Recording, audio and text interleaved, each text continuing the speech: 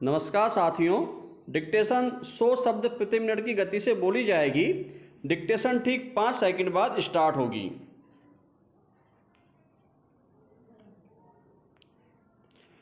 Start.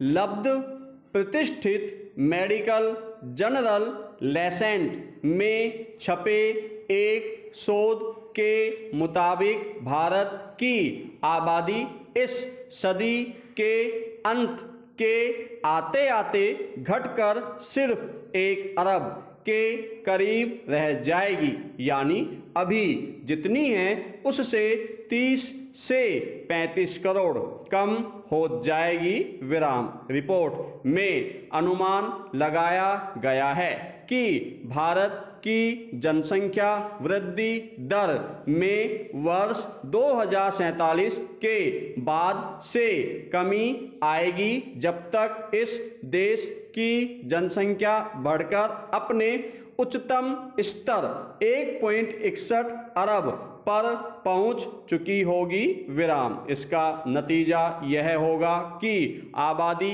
के कम हो जाने के बावजूद भारत दुनिया का सबसे अधिक आबादी वाला देश होगा। विराम। यह शोध परख रिपोर्ट कहती है कि सदी के अंत तक दुनिया में सबसे ज़्यादा आबादी वाले 5 देश होंगे, जिनकी सूची में भारत सबसे ऊपर होगा। विराम। उसके बाद क्रमशः नाइजीरिया, चीन, अमेरिका और पाकिस्तान होंगे। विराम। बढ़ती आबादी को देश के विकास की गति में बढ़ा डालने वाली बताने वालों के लिए यह रपट किसी तुरंत राहत का समाचार नहीं देती, क्योंकि आबादी के घटने में अभी 2-3 पीढ़ियां लगेगी। विराम। अभी देश की आबादी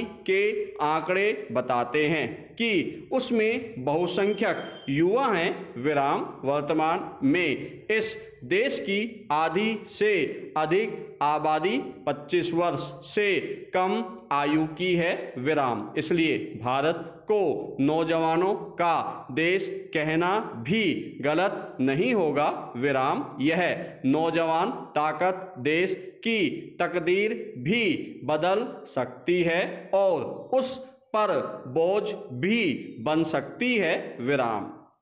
चुनौती को अवसर में बदलना है। यह जुमला शीर्ष स्तर पर अब इतनी बार दोहराया जा चुका है कि वह अपनी गंभीरता खोने लगा है। विराम। अब हमारे राजनेता राजनीतिक थ्रिलर की पटकथा लिखने में मशगूल रहते हैं और जमीनी मुद्दे उनकी कहानी से गायब होते हैं। विराम। देश की आबादी, जिसमें आज युवा वर्ग की विशाल संख्या है, हमें अवसर देती है कि वह हमारी अर्थव्यवस्था को मजबूत आधार दे सके। विराम। यह विशाल युवा आबादी काम करने वाली हो कर देश के विकास की भागीदारी होती है। विराम। इसीलिए किसी भी देश की युवा आबादी को उसकी संपत्ति बताया जाता है। विराम। हमारे देश में मगर ऐसा हो नहीं पा रहा है, क्योंकि इस विशाल युवा आबादी का बड़ा हिस्सा सक्षम नहीं है। उसके पास काम करने की आवश्यक योग्यता नहीं है। विराम। उसके पास ऐसा ज्ञान और हुनर नहीं है कि वह 21वीं सदी की अर्थव्यवस्था में अपनी सक्रिय भागीदारी निभा सके, जिससे वह खुद आगे बढ़ सके और देश के विकास को भी पंख लग सके। विराम। यही कारण है कि यह आबादी जो हमारी शक्ति बन सकती है वह बोझ साबित हो रही है विराम। उसके पास ऐसे रोजगार नहीं है जो उनकी तकदीर बदल सके विराम। कोरोना महामारी ने देश में रोजगार के हालात और खराब कर दिए हैं विराम। नई भारतीय अर्थव्यवस्था में कृषि का योगदान जो कभी सबसे अधिक हुआ करता था अब घटता जा रहा है विराम। कृषि का हमारी अर्थव्यवस्था में हिस्सा घटकर अब 14% से भी कम रह गया है विराम। मगर यह क्षेत्र अब भी करीब आधी आबादी का बोझ उठा रहा है विराम। इस वस्तुस्थिति को सभी जानते हैं विराम। वे यह भी जानते हैं कि कृषि का अर्थव्यवस्था में योगदान सिकुड़ने से ग्रामीण इलाकों से युवाओं का शहरों की ओर पलायन हो रहा है विराम। मगर गैर कृषि क्षेत्रों में बड़े पैमाने पर रोजगार तैयार करने के वादे तो बहुत हैं मगर जमीनी हकीकत में बहुत कुछ नहीं हो रहा है जिसमें कृषि से बेदखल हुए युवा अन्य काम पा सकें विराम। अर्थव्यवस्था में जो नए अवसर पैदा हो रहे हैं उनमें काम पाने वालों के पास वैसा हुनर होना पहली शर्त है विराम। अकुशल युवा रोजगार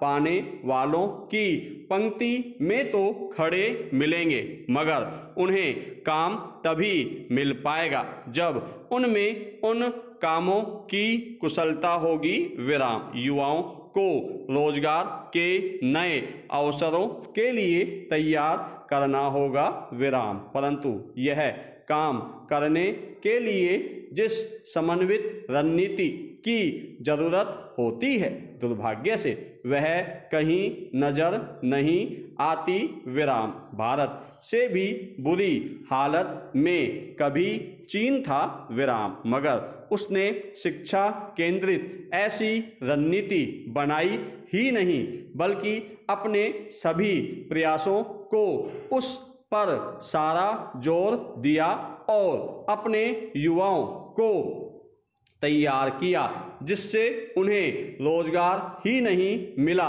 बल्कि उनके योगदान से चीन दुनिया की बड़ी अर्थव्यवस्थाओं में शामिल हो गया विराम। हमारे नेता बातें बड़ी बड़ी करते हैं खूब नारे देते हैं मगर ठोस धरातल पर काम नहीं करते विराम। ऐसा नहीं है कि विशेषज्ञों के पास ऐसा कर गुजरने की कोई रणनीति नहीं है विराम। जाने माने जनसंख्या और विकास विशेषज्ञ डॉक्टर देवेंद्र कोठारी ने लंबे अनुसंधान और अध्ययन के बाद एक व्यवहारिक रणनीति का प्रारूप दिया है जिस पर दुनिया भर में अकादमिक क्षेत्र में जबरदस्त उत्साह दिखाई दे रहा है विराम। परंतु शासन में बैठे नीति निर्माताओं को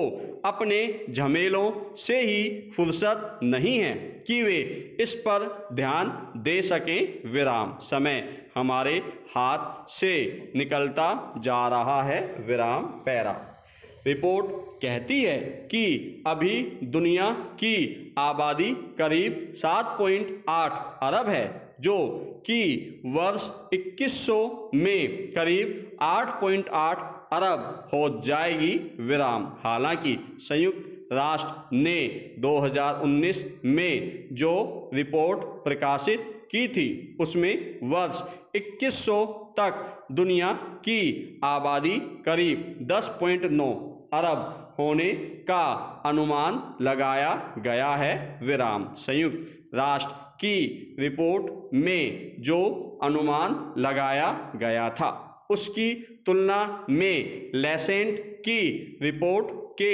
मुताबिक दुनिया की आबादी के 36 साल पहले ही अपने उच्चतम स्तर पर पहुंच सकती है विराम।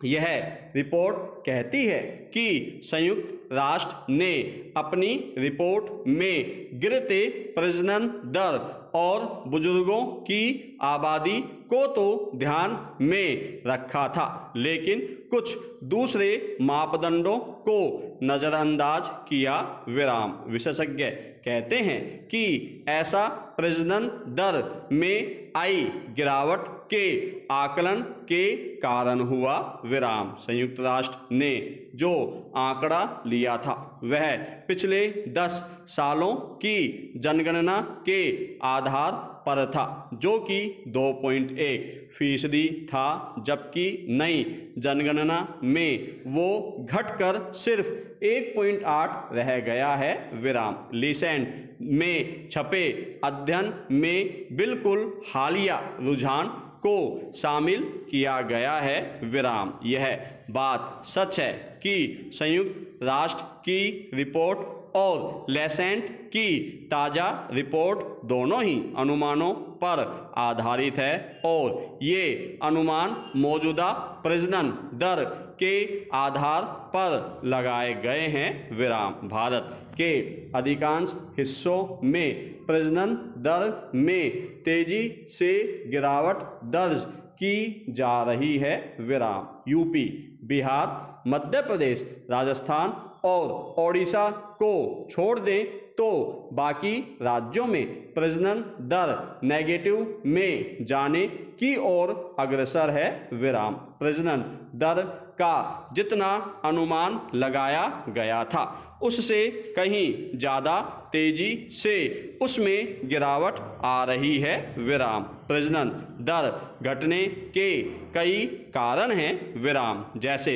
विवाह की उम्र में बढ़ोतरी होना, लोगों द्वारा अब 2 बच्चों के बीच अंतराल रखना और लोगों में परिवार नियोजन को लेकर जागरूकता ही नहीं आना, बल्कि अधिक बच्चों की वजह से होने वाले आर्थिक परेशानियों को लेकर भी उनमें जागरूकता आना है विराम। खासतौर पर गरीब लोगों में ये जागरूकता आ रही है जो महत्वपूर्ण है विराम। वे लोग अपने बच्चों को पढ़ाना लिखाना चाहते हैं विराम, इसके लिए वे पेट काट कर भी खर्च कर रहे हैं विराम। बढ़ी हुई आबादी के कारण सामने आने वाली आर्थिक चुनौतियों पर विशेषज्ञों